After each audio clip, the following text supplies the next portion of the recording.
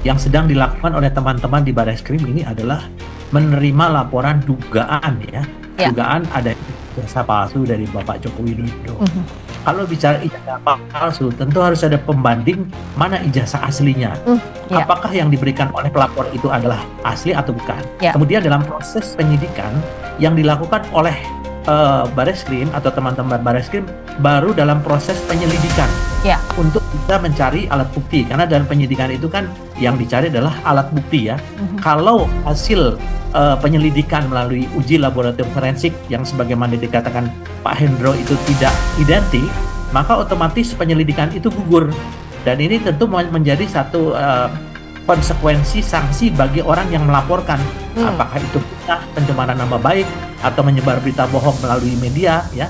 Sehingga ini memang ada satu proses yang harus dijalani melalui proses penyelidikan. Jadi yang dilakukan oleh teman-teman di Bareskrim adalah bagaimana dari pihak yang dilaporkan itu menyampaikan ijazah aslinya, kemudian dari pihak yang melaporkan apakah yang dilaporkan itu adalah dalam bentuk ijazah asli atau mungkin kopi atau mungkin mengambil dari sumber-sumber lain. Nah, sehingga ini nanti akan harus dibuktikan oleh teman-teman di Bareskrim apakah betul-betul memenuhi unsur bahwa ijazah aslinya itu adalah memang palsu atau tidak. Jadi kalau dikatakan palsu, bagaimana menyatakan palsu? Itu palsu Kalau atau tidaknya ya?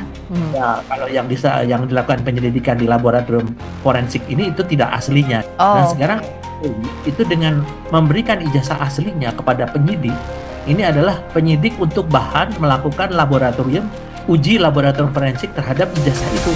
Apakah betul yang selama ini sinyalemen yang disampaikan oleh pelapor ya bahwa Pak Jokowi memalsukan ijazah itu benar atau tidak? Nah, ini memang kalau masalah pasal pemalsuan tentu harus ada aslinya kan. Kalau tidak aslinya bagaimana kita mengatakan itu pemalsuan? Nah, tadi dikatakan Pak Hendro betul, objeknya dari mana didapatkan? Bagaimana kita mau menyelidiki itu palsu atau tidak kalau objeknya itu adalah tidak sama? Jadi objeknya harus sama. Objek yang saat ini sedang dipermasalahkan adalah objek antara yang konkret dan yang abstrak. Yang konkret itu yang disampaikan tadi oleh Pak Hendro adalah sesuatu yang nyata, berwujud, dapat dilihat, diraba dengan panca indera. Kalau misalnya kita memperoleh dari misalnya apakah itu medsos ataukah itu fotokopi dan lain sebagainya, itu bukan objek yang abstrak, objek yang konkret, Mbak ya. Sehingga kalau untuk masalah penyidik ini sebenarnya tidak sulit. Di laboratorium kriminal Polri itu kalau kasusnya adalah pemalsuan, bahan yang akan dilakukan uji forensiknya itu adalah harus objek yang betul-betul yang konkret, yang asli. Nah, karena itu yang diserahkan oleh keluarga Bapak Jokowi itu yang akan menjadi objek daripada teman-teman Bareskrim untuk dilakukan uji forensik, sehingga nanti bisa disimpulkan apakah yang foto-foto yang selama ini beredar itu apakah itu merupakan sesuatu yang sama dengan yang sekarang objek yang konkret atau tidak. Yang jadi bahan bagi anggota bagi penyidik adalah tentunya yang konkret, dan hanya Polri ya yang bisa melakukan satu uji laboratorium forensik, tidak ada lembaga lain.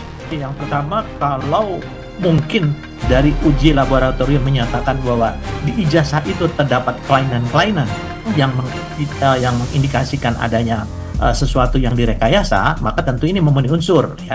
Tapi kalau tidak identik dengan yang disampaikan Pak Hendro yang selama ini tanda kutip mengatakan ahli ya, yang memberikan opini dan asumsi beda dengan fakta ya Mbak ya, maka tentunya penyelidikan harus dihentikan.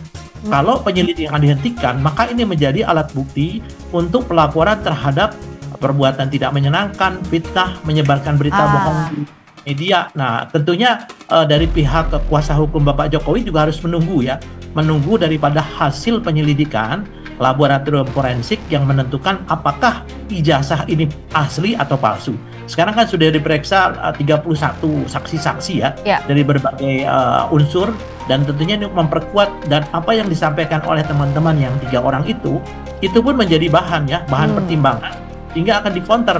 Nah, kalau memang tidak terbukti, maka itu nanti unsur-unsur pidananya adalah menyebarkan berita bohong, kemudian tidak menyenangkan, ataupun melakukan fitnah. Jadi hasil penyelidikan ini menjadi fakta, alat bukti, unsur-unsur yang akan dituduhkan kepada mereka-mereka yang nanti oleh kuasa hukum akan dilakukan penuntutan.